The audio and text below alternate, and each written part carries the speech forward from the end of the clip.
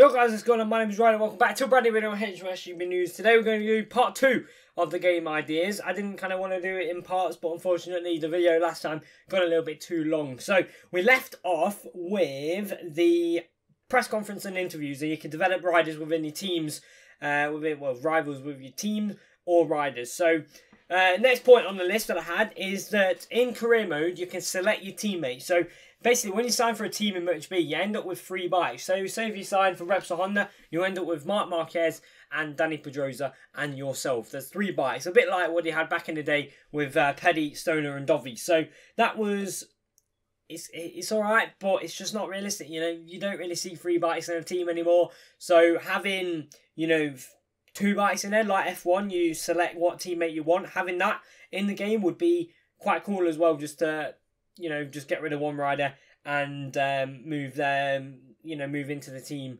with the rider you select. So I don't know. It's just, again, like I said at the end of the last episode, it's just a little bit picky, but it's just, again, some small little changes to just boost up the realism. Now, more mechanical issues, and you lose the time in the session. So, we saw in Qatar, KTM, a few issues with the bike breaking down, and they lost a lot of time in the session. We saw Abraham breaking down a few times coming out of pit lane. He lost time in the session. So if you have, small mechanical issues and you have to kind of, park up at the side of a track or get it back into pit lane, and then you lose a bit of time or whatever, that would be a little bit frustrating because you'd lose development time, you'd lose vital track time and stuff like that. That would be quite cool as well. And if you crash as well, you have to basically either get back on your bike yourself, run, get it back on and ride back round to the pits, or you have to, kind of select, it pops up, or I don't know how you do it, but you select, you go back to pit lane via you walk through the gravel, you get on a scooter, and you go around that way, and you have to wait for your bike to get back, or you go on your second bike or whatever, and you lose a lot of time that way. That will be something quite cool as well, because, it's not realistic. Crashing, just respawning, it's a little bit, poor. Even if you respawn in the gravel where your bike landed, you'd lose a lot of time getting back on the track, like GP bikes have, where you crash and then you respawn in the gravel. You still lose a lot of time that way, but still, it would be much better to have like the Superbike game from like 2001 or something, where you just get up and run to your bike and pick it back up and then go and bump start it and ride off. That would be quite cool to have into the game. Next one is control of the bike in pit lane, pull into pits, pit limiter, and just kind of having control in the pit lane. It's just something, again, very small, but you can do that. And then in testing, sometimes they do practice starts at the end of pit lane, so you could do that in testing. And stuff like that. That would be just something, again, picky and just something a little bit cool. The next point, top 15 on the side of the screen. So in MotoGP 13, I think it was, it might have been 14, they had, when you cross the line, they had the top 10 appear at the side of the screen. That would be quite cool if they had that again, but maybe the top 15 this time. That would be just something a bit more unique and just to kind of keep an update of what's going on throughout the race, to be honest, and just see what happens a bit further back and see, where your rivals are, so you can tell if you need to push or if you need to just kind of take it easy. A bit like Marquez in Phillip Island when he was looking for Dovi to go, okay, do I need to keep pushing, or is he not in the group and I can just take it a bit chill? That's what he did there, and that kind of worked for him. So that'd be quite cool to see if it was implemented in the game again. The top 15 appear at the side of the track when you cross the line. The next one is more debris on the track when you crash. So obviously when you crash, you can sometimes get back on the bike and go onto the track, and they'll leave gravel, they'd leave all sorts of stuff lying on the circuit, and it can make it a bit tricky for some of the other riders if they get there. That would be quite cool. Or if people crash and then they have an oil leak, or a burst hose and water's coming out or something like that, and it's lying across the track, you could tip into a corner and then all of a sudden you're on the floor and loads of riders follow you, and it's a bit like, okay, bit like a Bruno situation of last year when loads of people went down at the bottom of the hill. That would be quite just frustrating, but good. A bit more realistic as well, just having little debris parts on the side of the track or even on the track on the racing line. More retirements from the racers, from yourself and the AI, because if you crash, 9 times out of 10, you just get back on your bike and you carry on. Well, in real life, if you crash, 9 times out of 10, you're probably out of the race. You know, you just get up and walk off. You know, you lost a lot of time already. There's no point carrying on. You get off and you just get off your bike, crash, get off, slide, whee, and walk off. Basically, that's all you do.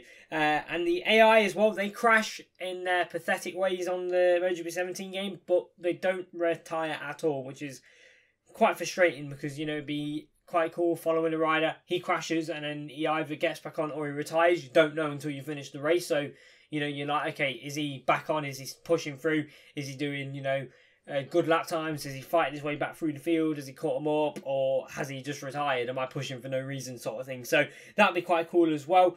Penalty for irresponsible riding or waiting for a tow. So, you know, in F1, if you crash into a driver or whatever, you get a warning or a penalty, a grid penalty or whatever, that would be quite cool to have in MotoGP, something like that, a bit more of a penalty system. If you go wide, your lap gets cancelled, stuff like that.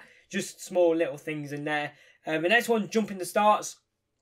World Superbikes had that in their game a few years back, where you had to basically hold the rear brake, I think it was, and then have the accelerator on, and then when the lights go out, you go. Much like F1 has now, where you jump the start. That'd be quite cool in MotoGP as well, because it could be quite frustrating as well. Next one is progressive track involvement. Now, this is a little bit more of a kind of tricky one for, I believe, Milestone to have this, because they kind of have a track model, but basically, when you get to Argentina, I'm not sure if it'll be the same this year, because I have seen on Facebook and Twitter, Argentina, the Tourmaster Rio Honda circuit have had a few more events going on throughout the kind of first half of the kind of month. So they have been working hard on getting the track into a good condition. But when we went last year, the amount of dust on the track, and it got quicker and quicker throughout the race weekend, that will be something quite cool as well. So you're lapping probably a second or 2 seconds slower than what you would at the first practice, because you've got all this dust on the track, and then throughout the weekend it just gets faster and faster as the track cleans up. So that will be something to maybe look into for Milestone, and just see whether or not that could happen, or just in general the track gets faster over the weekend as more rubber lays down. That would be something quite cool as well. Custom livery for, you know, your bike or your helmet for your home Grand Prix, so you can just change your helmets whenever you want, basically. And you know, we saw Scott Redding last year have the Union Jack on the bike as well. That would be quite cool, just to add a little bit of something. I know it'd be quite tricky with the sponsors, but if you could just plug it somewhere where there's no sponsor or something like that, that would be quite cool as well. The next one is practice starts, you know, on the in-lap, when they park up at the practice start area and do a few practice starts every now and then around the circuit. That would be quite cool. The next one was lose time when you crash. That was in the race, in practice, qualifying, whatever. You lose your time, and you lose a lot of you know, track time and upgrade time and development time and all that. So that would be quite cool, because one crash can affect your whole season if you just lose a little bit of confidence with the bike, because apparently they're meant to be much more realistic how they react.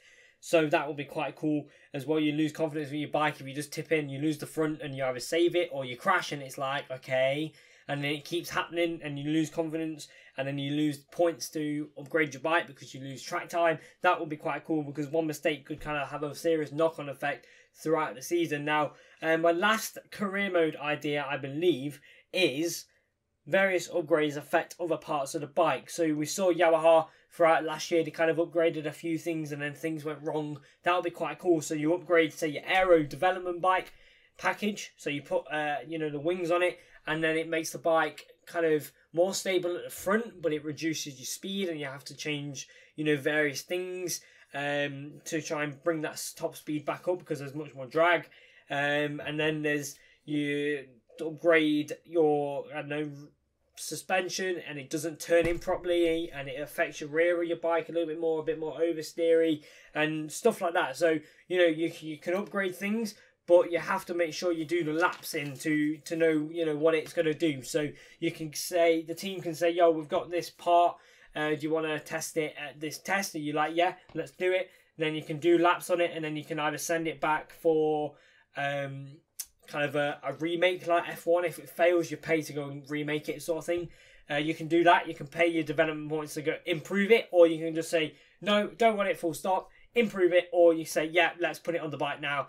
So you're kind of going in to a test, you do your programs with your new parts, and then you can decide whether or not you want it on the bike or not for the next weekend. Moving on, we've got general game ideas now. So co-op career mode, a proper co-op career mode. I know it'd be tricky because there's 3 classes, and having, you know, 30 odd riders in Moto3 and Moto2 and then your 24 riders in MotoGP all in one kind of co-op career mode, it would be quite difficult. So if they just added a co-op career mode for MotoGP with 24 riders on the grid, real fast AI, real proper just enjoyable experience, or even if it's just a savable championship like F1 has with the cinematics and that'll be fine. But if you could add the upgrades in there, development, and me and Jamie could take a KTM or an Aprilia from last to first throughout about 5 or 6 seasons, just grinding and crying and sweating and tears coming out, that would be quite really enjoyable to do that, because, you know, I do like doing the co-ops with Jamie. It is really, really fun, even though I've not won one yet, but it is still really fun. There is a few co-op series going on at the moment if you do want to see, you know, us two going from friends on this channel and work colleagues to battling it out on the track with absolutely zero respect, then yeah, go and watch that. Right, next one is full grid for online races. So F1, you can have a full grid of players, or you can have a full grid of AI with a few different players in there as well. That'd be quite cool if it's even just a maximum of 24. So you have 24 Moto3 and 24 Moto2, like the MotoGP one, so you don't have all 30. And you can maybe select what AI you want in there. Like F1, you can select each individual AI or add all of them. That would be quite cool. So you can add, you know, a few of the top guys, a few of the slower guys, a few in between, and leave a few guys out for, you know, the season. Or you can, if you do custom tables, you can add them in for one-off races, replacement races and stuff like that. That would be quite cool. The next point I have is online replay cameras. Now, from what I read about the MotoGP 18 game, there is actually going to be a online spectator mode, which is really cool, because if, you know, me and Jamie do a co-op career mode, if there is a co-op announced, although on the game, on the mode part of the website, there is no mention of a co-op career mode. Online, it's just single player.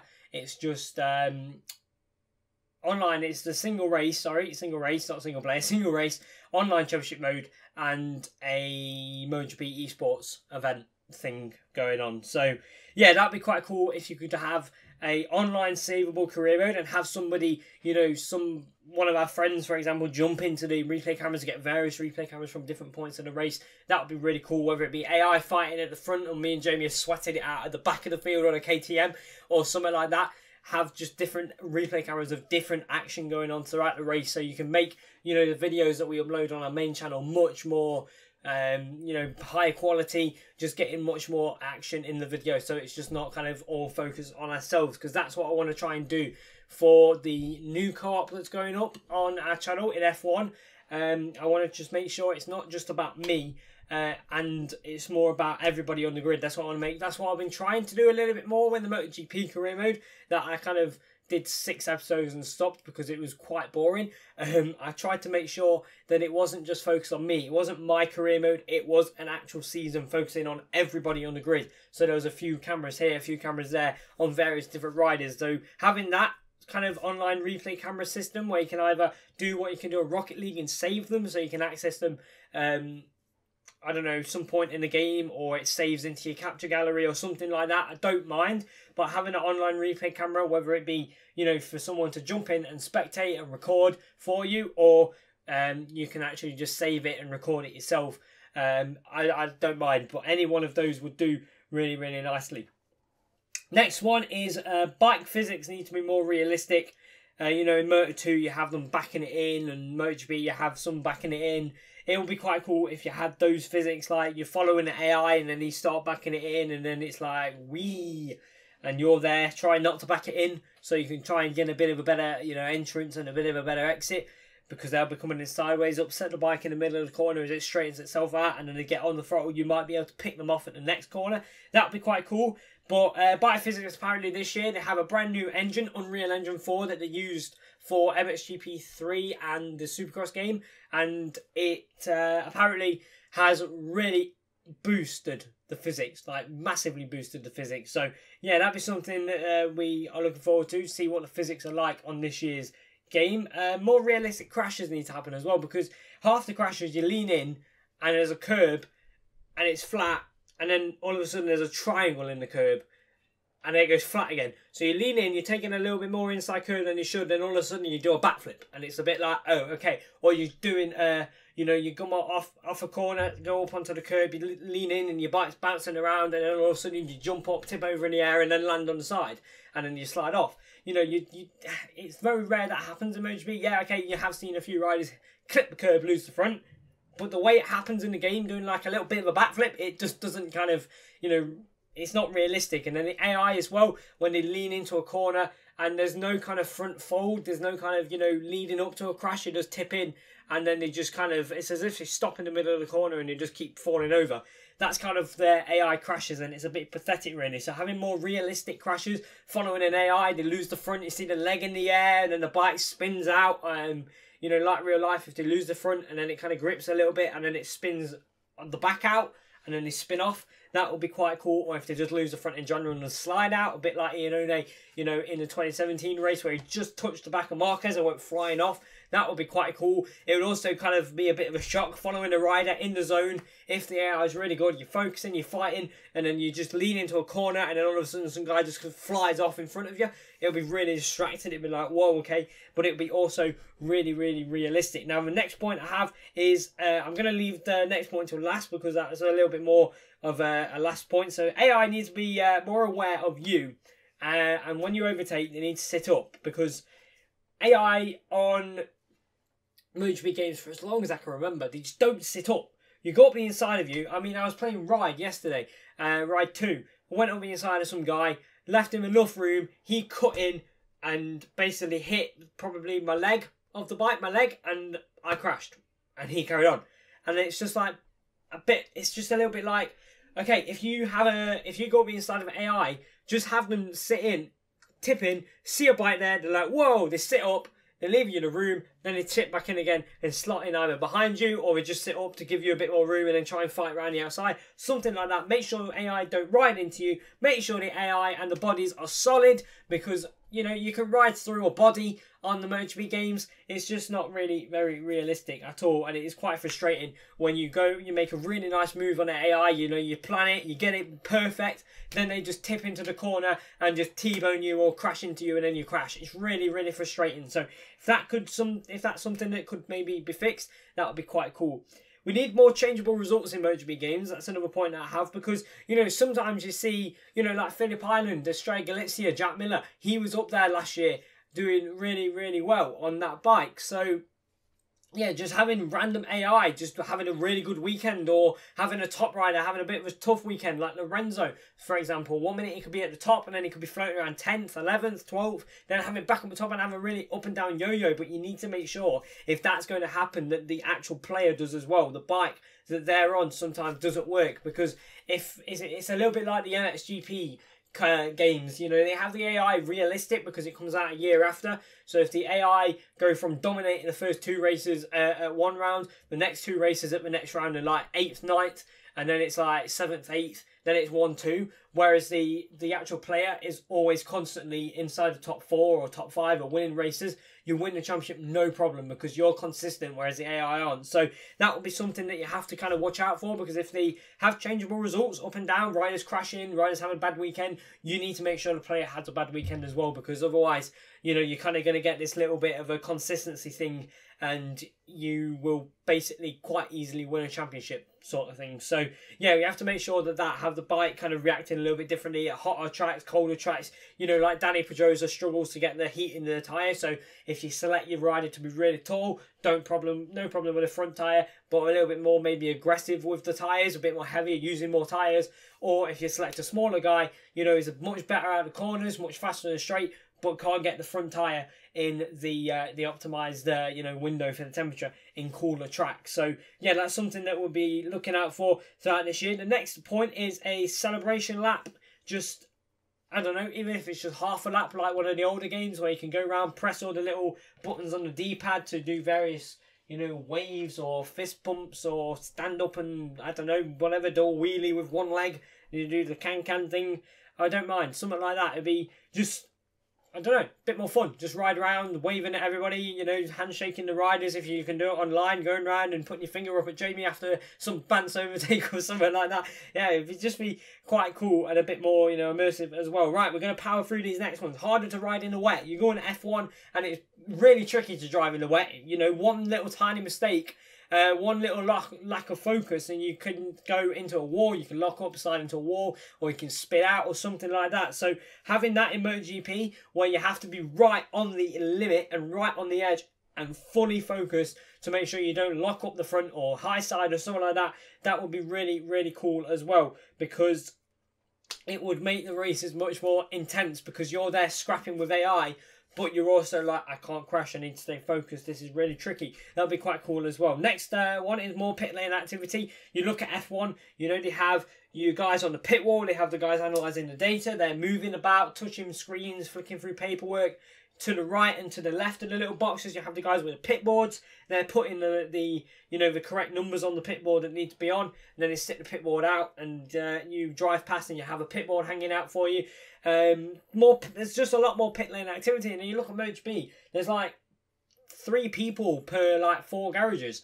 So you kind of go 4 garages, there's a TV guy, a camera guy, and a Michelin tyre man, and then you go down 4 more garages, another TV guy, microphone guy, and a Michelin man. Then you go down a little bit more, there's 3 more guys, down a little bit more, 3 more guys, down, and then you go on the pit wall, and then there's just people sat frozen in a position watching the screen of an onboard from Assen, and then you go down to another little box thing on the side of pit lane.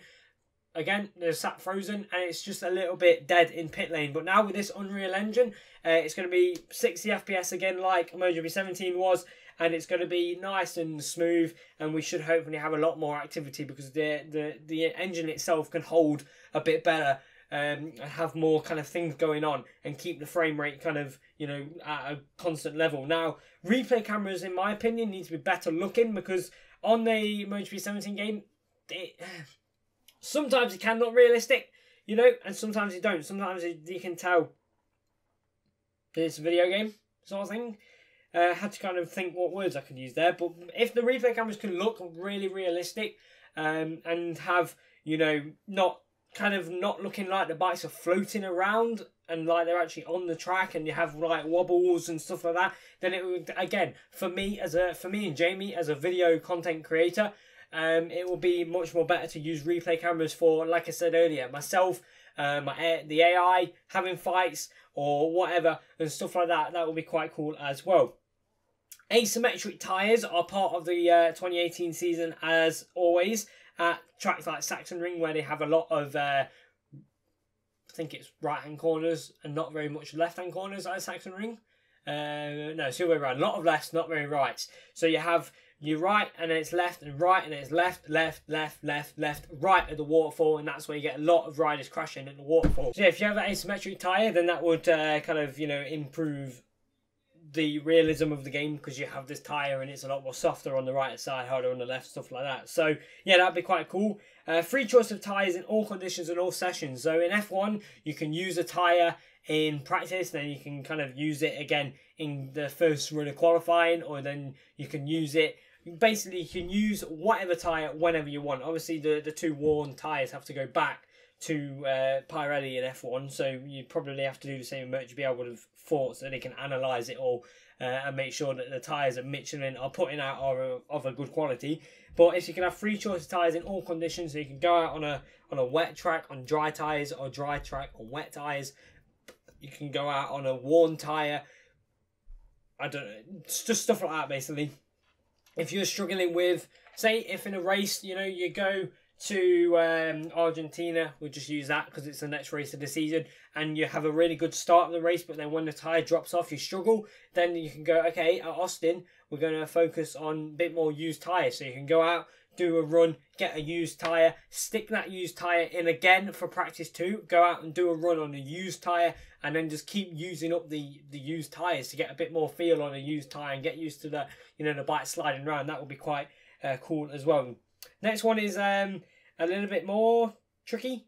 AI save crashes like Marc Marquez does in real life. You know, have him saving some ridiculous crashes. But I guess having that in AI, doing that would be a little bit tricky, but it would also be really, really funny following an AI. Then all of a sudden the elbow's on the ground, the legs in the air, sparks are flying, then he picks it up on his knee and runs off the track or whatever. And then he's like, yes, that was well held. And you're just kind of sat with your mouth, you know, your chin on the desk. And it's like, oh my God, what just happened? You know, you gobsmacked sort of thing. So, yeah, that'd be quite cool if that. And then the final point of this video and this little mini game ideas thing that we've got going on here is they need to update the game more often. Liveries, riders, performance, anything. They need to update the game more often to make sure that that level of realism is kept throughout. Because Milestone seem to have this problem where the first 2 or 3 months of the game released, they do updates, but they don't do kind of important updates. And then all of a sudden, you know, when them 2, 3, 4 month window is over, they just forget about it. They focus on whatever's next. So, yeah, if they could just keep updating the game throughout the whole year, as soon... I mean, F1, for example, they updated the game like 2 days ago for online. So if they could just add updates from the release of the MotoGP 18 game right to maybe a month or 2 months before the release of the next MotoGP 2019 game, then that would be cool because you keep that level of realism throughout. And then also, if you have an update at the end of the year, they can make sure that for, you know, say if they update the game in January, they can make sure from January to June, in between the window of, you know, a new year and a new game coming out, they can make sure that the 2018 season is as realistic as it can be on the game compared to what it was in real life. So, yeah, that'd be quite cool if they could just keep updating the game 24/7 and they can make sure that everything is nice and legit. They can have, you know, the liveries coming in whenever, you know, say Castrol livery with Cal, he uses that at Silverstone and a few other rounds, so they can have that in real life and they can have just...